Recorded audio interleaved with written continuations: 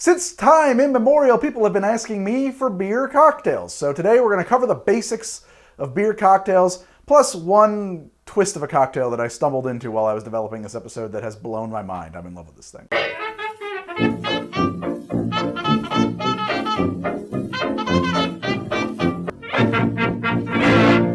So there are a few beer cocktails that are just like real staples of the genre. And maybe it's different for you, but for me, the first one I think of, just because it just looms large for me, the first one I think of is the Michelada. There are a couple of origin stories on this one.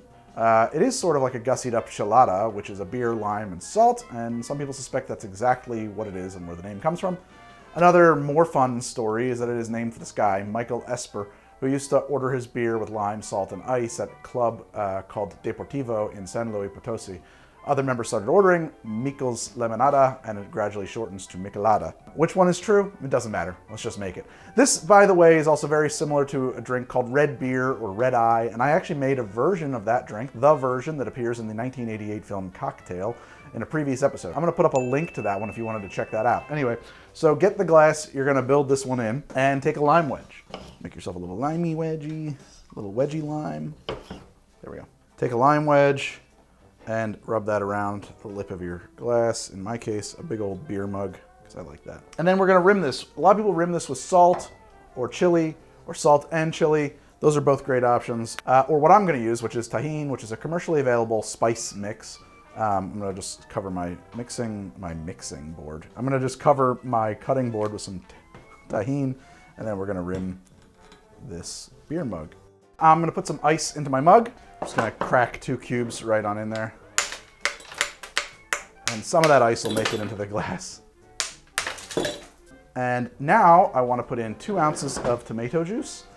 Nothing finer than Campbell's original tomato juice. Not the sponsor of this episode, but is available in the pinned comment below. 2 ounces, in we go. There are recipes for this, by the way, that call for like making a Michelada mix on the side, shaking that up, and then combining it with a beer in the mug. Honestly, I just think that like you're overthinking it. You should just build this drink in the glass. We want to use an ounce of lime juice. We're gonna need some hot sauce in there. I'd probably prefer Cholula, but I'm out at the moment, and I did have some Tabasco, so that's what we're gonna go with. 1, 2, 3, 4 of those in there. Yeah, just like whatever you like. A little Worcestershire, a dash or 2 of this.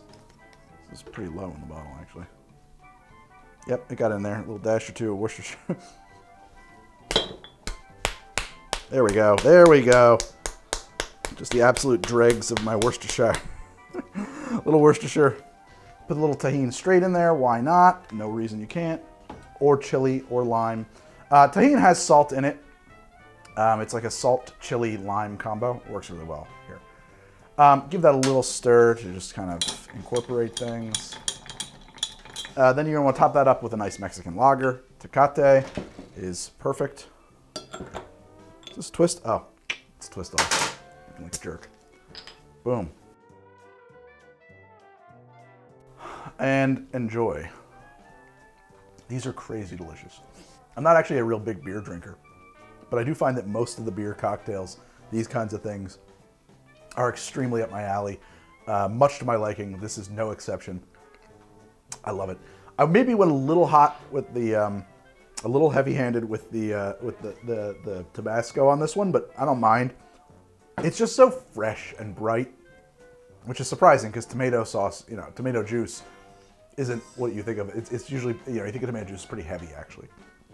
But when you dilute it into the beer, the hot sauce, the lime, Tajin, the whole effect is one that is just awesome. And actually you don't lose the beer. You still get plenty of that malty Tecate flavor. Absolutely. And the effervescence as well from the carbonation. But it's just so much improved by having hot sauce and lime and spice and tomato. I freaking love this. That's how I make a Michelada. There's probably a couple different ways you could do that. That's how I do it. After that Michelada, let's get into the next drink right after this. Hello friends, it's wine time again, and I just got my latest box from Bright Cellars, who you may know from the channel. They're a frequent sponsor around here. Do I like wine? Do I drink wine? Yes. Do I know a lot about wine?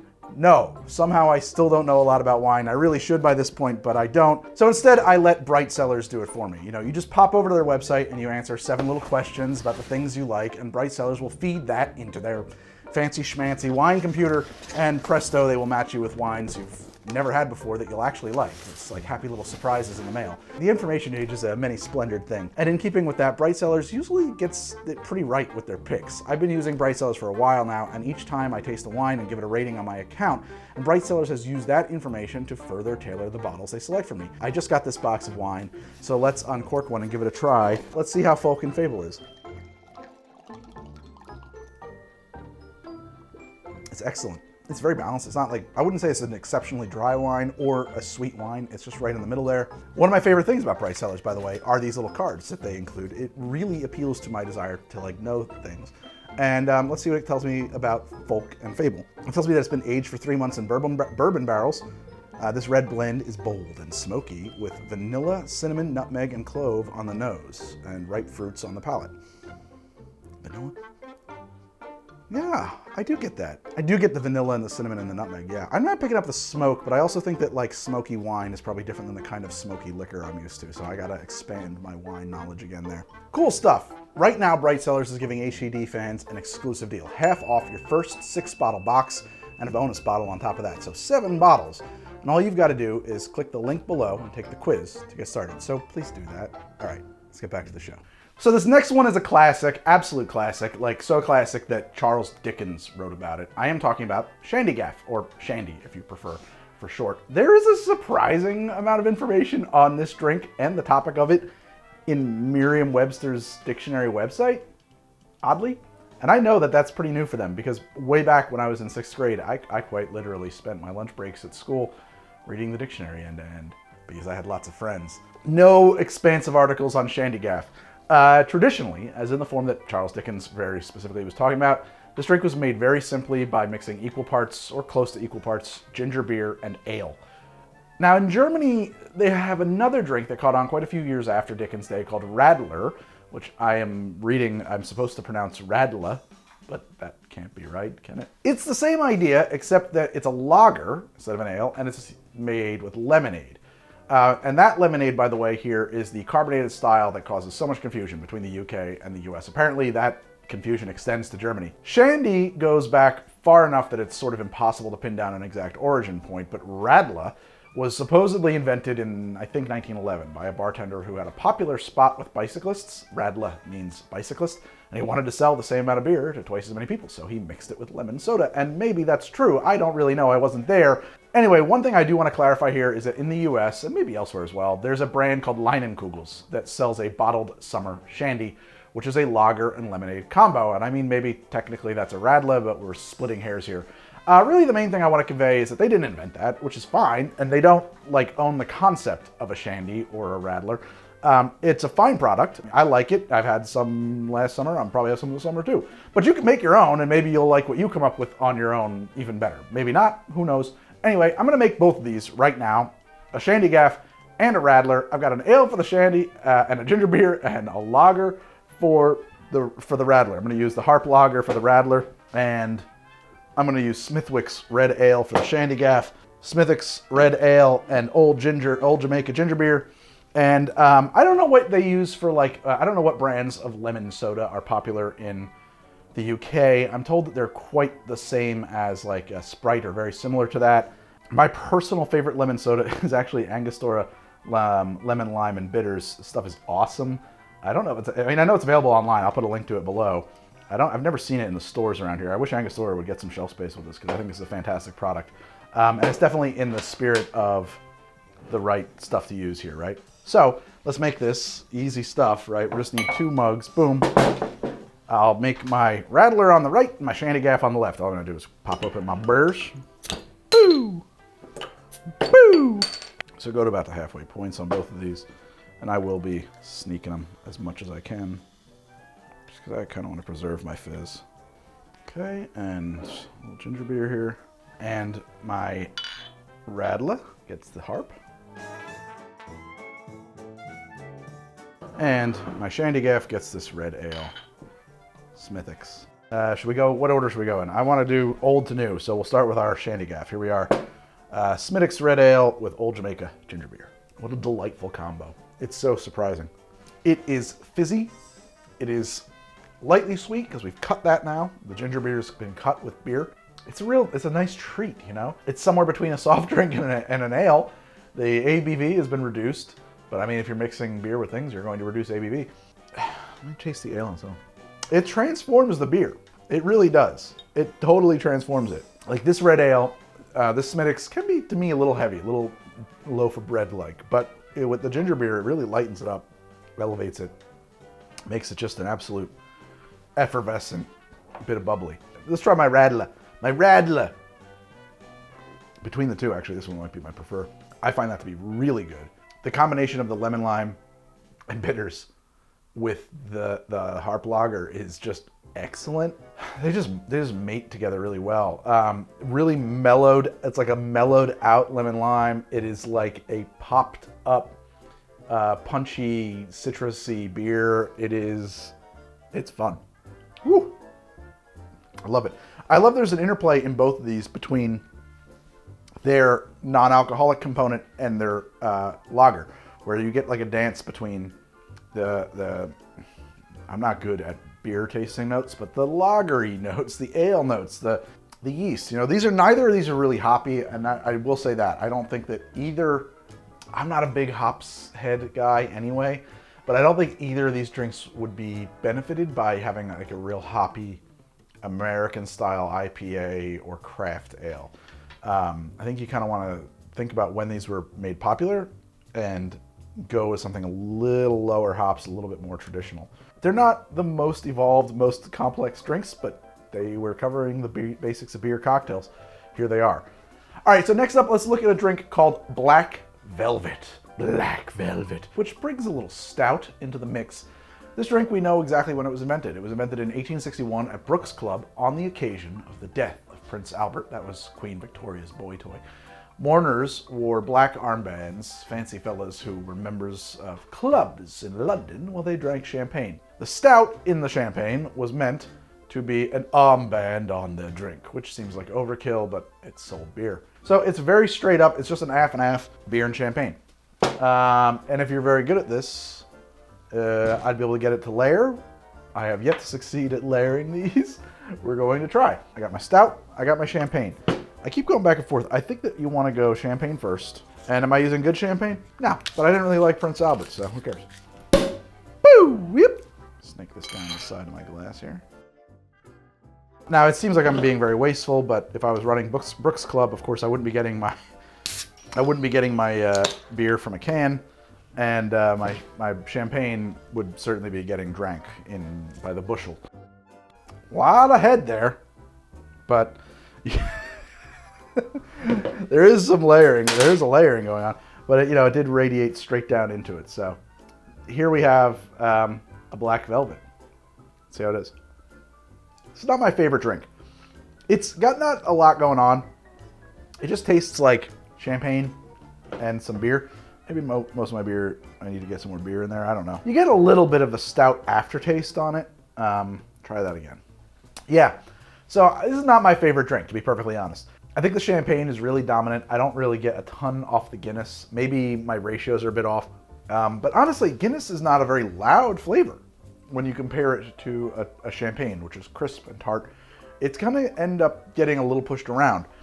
Maybe a different stout, maybe a heavier stout, an oatmeal stout, something like that would be better here. Also, I don't know, would Guinness have been served at Brooks Club? Might not be, I don't know. It's an Irish thing. Nonetheless, I don't think it's a great drink. I just don't. I think it's a drink that was invented to take advantage of a moment in pop cultural history, like so many of my drinks, but I don't think they worked that hard on it. He just put two things together, and frankly, I think he was kind of phoning it in to sell some beer. It's not great, but if you start looking into beer cocktails, this will show up on every list, and I felt like I kind of owed it a slot in this episode. Are you really gonna throw some? You're not. Are you really gonna throw? You're not. No one's gonna make this drink. No one's gonna take their champagne and throw Guinness on it. But it's in all these lists. Like people are. Nobody's doing this. Nobody wants this. I've done it for you. You can skip this one. If you want to mix your Guinness with something, do an half and half. Matter of fact, why don't we just do that? Yeah, just pour that right out. Screw that. Throw the Smithwicks in here. I have heard this called half and half, where you take an ale and a stout and pour them together. And they should layer up nicely. Yeah, my half and half is totally intermingled, which is fine. But honestly, this is much preferable to the champagne and Guinness. You know, take the Guinness and layer it with a nice ale or something like that. Do a better job than I did, for God's sake, you know. There's a little bit of, there's a slight ombre going on here. Yeah, that's great. There's nothing wrong with that. In the States, we have a bad tendency to call this a black and tan. We probably shouldn't do that. The context there is largely lost on Americans. It's not so nice. Don't say that. I just don't think you need to call it that. Just call it a half and half. Although, in fairness, in an American bar, that term is so ubiquitous, I think that you would have a hard time ordering it by any other name than a black and tan. So when I decided to do this episode, I said, well, I need to come up with a list of like the common beer cocktails that people want to know about. So I did a bit of research, because I don't know that stuff off the top of my head. And from that, and just kind of my own knowledge, I figured I'd have to include a beer margarita, or a beer garita, whatever you want to call it, which I guess is an intriguing idea. Okay, sometimes they get served with these little mini bottles that just get dropped into a margarita glass, and that looks pretty cool. But, I mean, if you look into the recipes for a beer margarita, that's all they are. It's a margarita with a beer dumped into it. There's no transformation happening here. No invention. I took a margarita, I put a beer in it. I called it a beer margarita. I think that's kind of lame, actually. So I'm not even remotely interested in making that drink. I'm just taking it out of this episode. It's gone. But I did stumble into this other drink that was created by Jonathan Pogash at Crown Plaza in White Plains called a Brooklyn Thai, which is sort of a similar concept. You know, it's a known cocktail that has somehow been fused with beer. But I've tried it, and it's way better and more inventive than a beer margarita. And also, it's actually tiki. And I always love getting some kind of tiki representation into these multi-drink episodes. And having tried it, knowing that it's awesome, I'm ready to make a Brooklyn Thai. Maybe we can make this the drink of summer 2021. Maybe. I don't know. Anyway, I need a shaker. And into my shaker, I will add 3/4 of an ounce of lime juice. There we go, 3/4. I almost went to an ounce. I forgot what I was doing. 3/4 of an ounce of lime juice. I want 3/4 of an ounce of orgeat. You guys know I've been lazy for a while. Lately, I've been using commercially available orgeats. There's nothing wrong with that. But my preferred commercially available orgeat is made by Small Hand Foods. Also, everybody keeps telling me it's pronounced orgeat, which I just can't wrap my head around. I just forget. So here's my 3/4 of an ounce of orgeat from Small Hand Foods. Small Hand Foods, they make great orgeat, whatever you want to call it. And they're going to be available in the link below. So check them out. A little affiliate link action there. It's good for everybody. It hurts nobody. Helps the economy. Okay? And now I want a dash or two of Angostura bitters. And I don't know if you saw that, but I always pick these up and I shake them because I don't use them as often as in a high volume bar, but they do sediment. Like Ango in particular has sediments. So you should always shake up some Angostura when you're going to use it because there's a few things that will precipitate out of it. Okay, now we need an ounce of Appleton Estate Reserve. Got the old label here. Let's get some ice into our shaker. And this might actually be a place to crush your ice. I don't have my Lewis bag with me, so we're just gonna crack it as much as we can. It'll be fine. Now I'm gonna shake that. Normally Jonathan Pogash would call for straining this into a Pilsner glass. Embarrassingly, I don't own a single Pilsner glass, so I'm gonna go with this tiki mug, and we're just gonna strain that straight on in. I'm gonna really do a pretty open pour strain here. I honestly kind of want to get as much of this ice in there as possible, except for maybe any really big pieces. And now I need a Brooklyn Lager, very specific, and actually hard to find this time of year around me. Top this up with a Brooklyn Lager. A little overflow there, a little kill away action going on. We're gonna garnish this with a sprig of mint and a lime wheel. Boom. Put a straw in it, and there you have a Brooklyn Thai. And if this is as good as the last time I had one, prepare to be surprised. It is awesome. And it tastes reminiscent of a Mai Tai. It's in that space. It has a lot of Mai Tai stuff going on. There's an interplay here between the lime and the orgeat that is instantly recognizable as a Mai Tai. It has a little less punch. It's not quite as spirit forward. I mean, it's a lot less spirit forward because it's been lengthened with the ale, the Brooklyn Lager. There's not a full 2 ounces of rum. There's only the 1 ounce of rum. It's almost like if someone were to take a Mai Tai, like it's a Mai Tai inspired soft drink. It's not soft, it's plenty hard. But it won't put you quite into orbit as fast as a regular Mai Tai will, because I think that the ABV, I mean, I wouldn't be able to do the math off the top of my head, but it's got to be significantly lower. But it echoes of the flavor profile of a Mai Tai. It's right there, just a bit different, just a skew. And you do taste the lager, and it does collaborate. It does collaborate with that lime, orgeat, and of course that mint in your nose, which I think is vital in a Mai Tai, and it works here too. It works together to make this lightened, lengthened, lower ABV version of a Mai Tai that I find to be surprisingly good. I was really blown away by how good this was. It's easy to drink, certainly not too sweet. It's not overly spirituous. It's not like, you don't need to be like a brave traveler to put this one down. It's just an easy to drink, fun beer cocktail that I thought was way more cool and way more inventive than a beer margarita. I think it would probably work with other lagers, but he specifically built it to be a Brooklyn Thai and to build it around Brooklyn Lager. But for your own purposes, use whatever you like. This is a hoppy amber lager. I'll give it a quick sip. Yeah, it's mildly hoppy, and I think that the hops here are not, they're helpful. I think that the hops actually work in this drink where they won't work in the Shandygaff or the Radler. That kind of tartness actually works with the lime and the orgeat, and it finds itself, it just gets right in step with what the Mai Tai's got going on.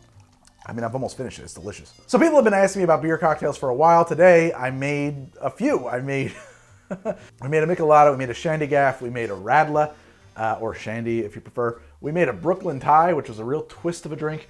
We made, even though we probably shouldn't have, a Black Velvet, but we had to. You'll find me on Instagram at How to Drink. I'm on Twitter at How to Drink. I have a Patreon at patreon.com/howtodrink, where the parts of this episode that I couldn't use in the edit will wind up in a special features episode. I have a Twitch at twitch.tv/Greg from HTD. If you want to hang out with me live here in the bar while I invent drinks, or you want to play video games with me, or you want to watch me run Dungeons & Dragons and Cyberpunk with my friends, well, that all happens over there live at twitch.tv/Greg from HTD. Until then, I will see you next week. Until then, I'll see you next week. Is that how English works, Greg? It is not.